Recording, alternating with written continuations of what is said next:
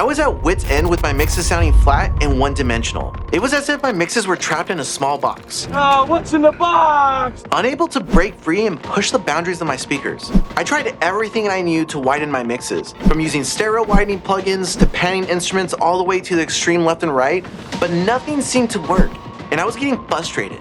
So I delved deeper to finding the missing puzzle piece to wider mixes that the mixers I admired were using to create those massively wide-sounding mixes. What I found was nothing short of remarkable. These were some of the most straightforward yet mind-boggling techniques I had never seen, and they worked like a charm.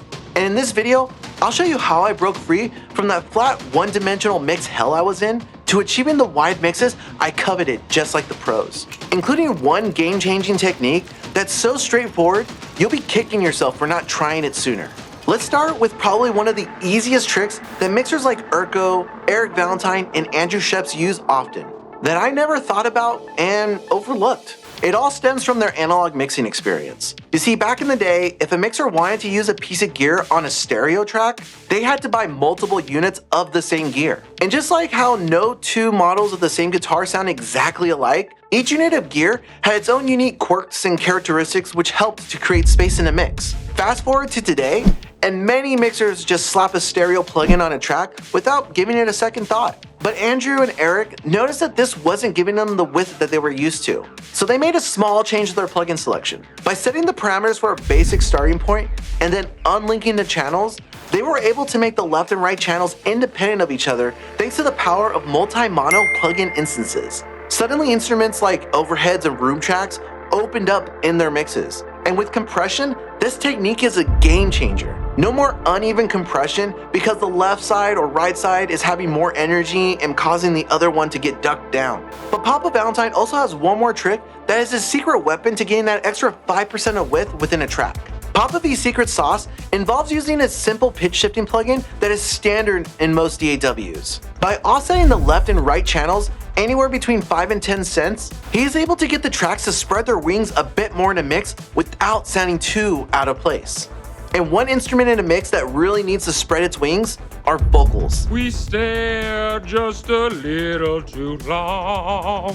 And when it comes to getting wider vocals, Leslie Brathwaite has a simple trick that, as far as I could tell, only one plugin comes equipped with it right out the box. Leslie reaches for Wave's H Delay, a plugin that has an onboard polarity flip for the left and right channels. This allows Leslie to get an extra 5% of separation on his delays within the track, adding an irresistible width to his vocals within the mix. But if you don't have H Delay, don't fret. You can use a stock plugin that allows you to use that powerful multi-mono processing. Unlink the left and right sides, and with the multi-mono plugin with the polarity switch, flip the polarity on either side you desire. And if we're talking about wide mixes, of course the Lord of the Mix, Chris Lord-Alge, is gonna come up. CLA has two big rules. One, there are no rules, and two, make it exciting. And let me tell you, CLA isn't one to hold back when it comes to ranting about anything in a mix that bores him. One of the hallmarks of CLA's sound is the wide vocal delay he is able to achieve without losing the singer in the mix. Now, how does he do it? Well, he also uses a multi-mono trick that involves setting his stereo delays to the tempo of the track, and then offsetting one side by 7 to 20 milliseconds below the tempo of the track, and then the other side 7 to 20 milliseconds above the tempo of the track. This gives CLA a wider delay spread between the stereo image. But that's just one widening trick that CLA uses. Another staple of CLA's mixes are his drums, and especially the amount of width and depth that he gets from them. The way CLA gets more spread in his drums is actually from a simple method of natural panning and balance. CLA is an LCR mixer, which means he likes to pan things hard left, hard right, or in the center. Yeah, John, no duh. Yeah, I know, but trust me, when I stumbled across why and how his hard panning and bouncing of drums create wider mixes by using our own ears against us and fooling us into thinking they're wider, it blew my mind. CLA uses the natural spacing of the overheads and rooms to get the initial sense of width. by balancing the hard pan cymbal and tom mics just enough so that the attack is felt, allows those spot mics to become more present within the stereo image of the overheads outside of the blend. Our ears will sense the attack of the drums coming outside of the stereo image of those overhead and room tracks. This is what tricks our brains into thinking the drums are sticking a little bit outside of the stereo field. Now, Jason Joshua is a mixer you may not think about when it comes to wide mixes, but Jason Joshua came across a mixing trick that helps give drums more of the console width that mixers like Manny Marroquin, CLA, Andy Wallace, and so many others take advantage of, which is a byproduct of how analog consoles work.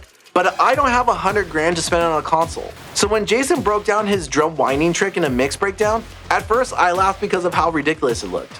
You can't be serious. Then I tried it, my jaw dropped, and the laughing stopped. Jason calls himself the king of saturation, and this trick lives up to the name he's dubbed for himself. By utilizing serial saturation via multiple instances of Waves NLS to create a saturation widening cocktail. Yeah, who would have thought saturation could be used for widening? Huh? Who would have thought? Not me.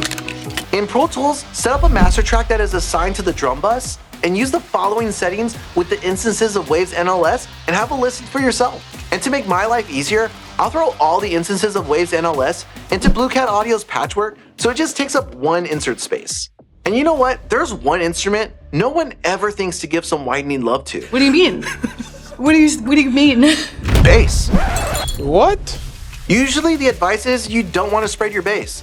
But Jacob Hansen didn't listen to the naysayers, and instead came up with a way to get the bass wider within a track, without screwing up the low-end imaging that makes mixers around the world scared for their lives. Where, Dwight? Seems like you already know where. Jacob's bass widening trick is simple. Send a signal of the bass to a stereo aux, and on the aux tracks, use a filter to roll off to about 400 Hz. This will focus the picked note attack of the bass. Then adding a reverb plugin after, which will help add more depth and spread to the bass. With the drums playing, Jacob will bring up the volume of the bass spread until the bass sits deliciously in the sweet spot with the attack of the drums, giving more life and width to the rhythm section. Just say when. Just say, seriously? Are you serious? Having wider mixes has definitely helped me escape the dreaded one-dimensional mix box I was stuck in, but there are some tricks pros rely on to get them the chart-topping mixes we all want for ourselves. Which is why you'll want to watch this video right here for some more sneaky tricks professional mixing engineers use to hook listeners.